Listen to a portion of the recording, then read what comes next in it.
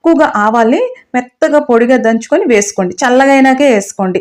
వేడి మీద వేయొద్దు. ఆవపిండి వేసుకున్నప్పుడు వేడి మీద వేస్తే చేదొస్తుందనమాట. అలా మాత్రం చేయొద్దు. ఓకేనా? మనకి రెడీ అయిపోయింది. సర్వ్ చేసేసుకోవడమే.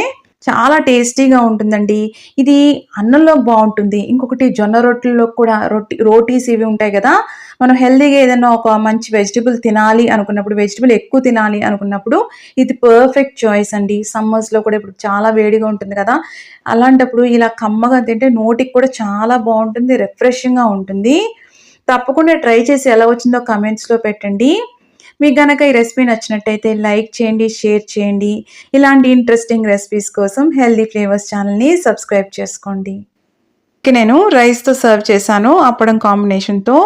చాలా రిఫ్రెషింగ్‌గా, కమ్మగా ఉంటుందిది. వెజిటబుల్ కూడా ఎక్కువ తింటాం మనం. ఇలాంటి రెసిపీస్ ట్రై చేయడం వల్ల. కొద్దిగా ఆవపిండి వేశాం కదా! ఆ ఫ్లేవర్ కూడా